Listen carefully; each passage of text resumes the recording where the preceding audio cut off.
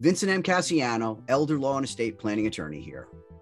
I have literally drafted thousands of estate plans, from the simplest of plans to the very complex strategies for multi-million-dollar estates. Kudos to those of you who have already created a plan. But I have to tell you, one of the biggest mistakes I see and why plans fail is where a person does not update or maintain their plan. I use the example of when you purchase a new car. It's not as if you believe that car will last for the rest of your life without you doing a certain amount of maintenance and repairs on the car.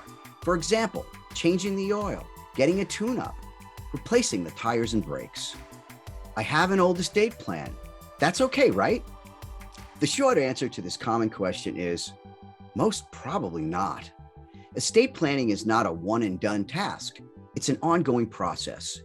In general, as your circumstances change, so should your estate plan. As a result, it's important for you to review your estate plan periodically. I usually say at least every 3 years, and revise it as needed to ensure that it lines up with your current wishes and continues to serve your estate planning objectives and goals. So I'm asked often, how often should you review the estate plan? As I said, at regular intervals, and if nothing has changed in your life, then that would mean every 3 to 5 years. Maybe you should use your birthday or a particular season to remember to do this. But as part of these regular reviews, think about your current estate plan and ask yourself the following question. Who are my beneficiaries? Is everyone that I want to benefit from my estate named in there? Are individuals named in the estate plan that I no longer want to be a beneficiary and to share in my estate? Are all of your assets and property funded into the trust? In other words, have you done what you needed to do to make sure that your trust is going to govern those particular assets? Who is designated as your financial power of attorney? Who is designated as your healthcare power of attorney? Do you have guardian nominations for your children? Are the guardians still the appropriate people if they had to take over? Do you still trust the individuals that are named as your trustee, your power of attorney? So depending on the answer to those questions I just asked, you may want to revise your plan.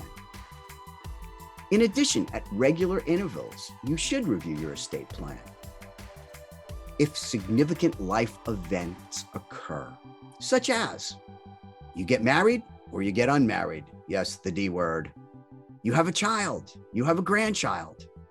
Some of your children get divorced or they get married. Are you still working? Did you retire? Very important is, what about your health?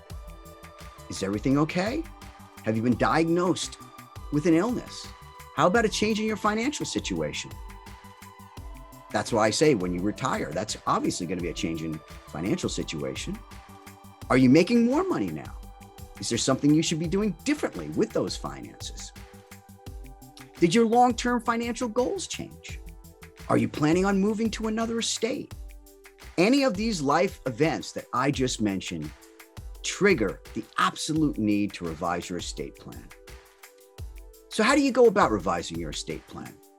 There are specific procedures and best practices for making changes to each of the components of your estate plan, each one of those documents that are part of your plan.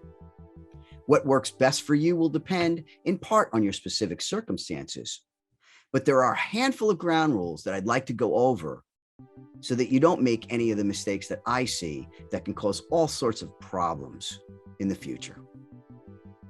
First thing is you treat your original estate planning documents with great care. You do not remove or add pages.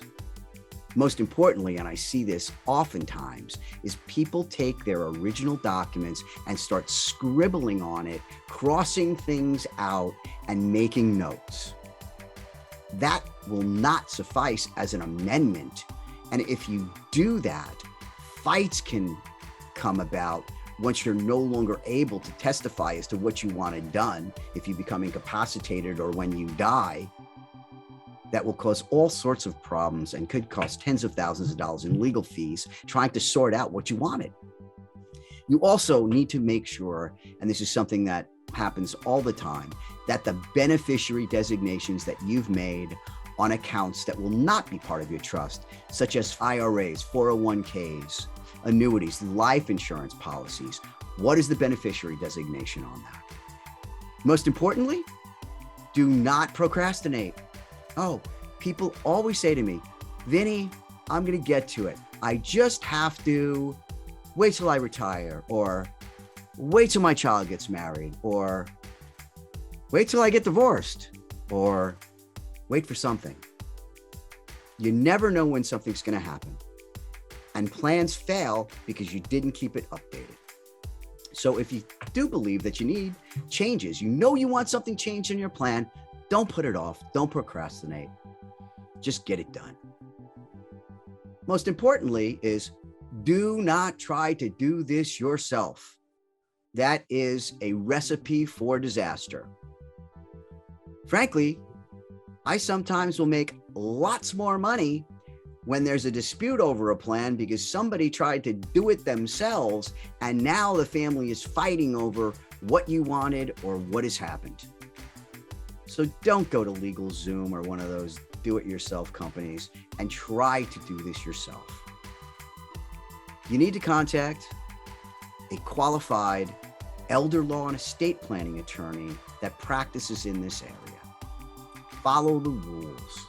The legal and practical consequences of making a mistake can sow discord and confusion and undermine all of the careful planning and the best intentions. There is too much at stake to try to do-it-yourself revisions. If there have been changes in your life where you believe it's necessary to make changes to your estate planning document, please seek the advice of an experienced elder law and estate planning attorney like myself. So if you have any questions about reviewing or revising your estate plan, I'm more than happy to help.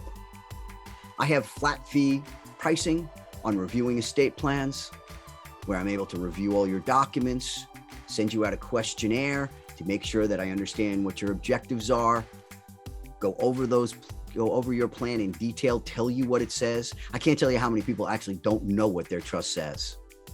But if you want some help from me, just give me a call at 619-800-6820, or you can text me at that number, and I'll send you out an email and a text message with a link that you can click on to make it easy for you to schedule a time to meet with me.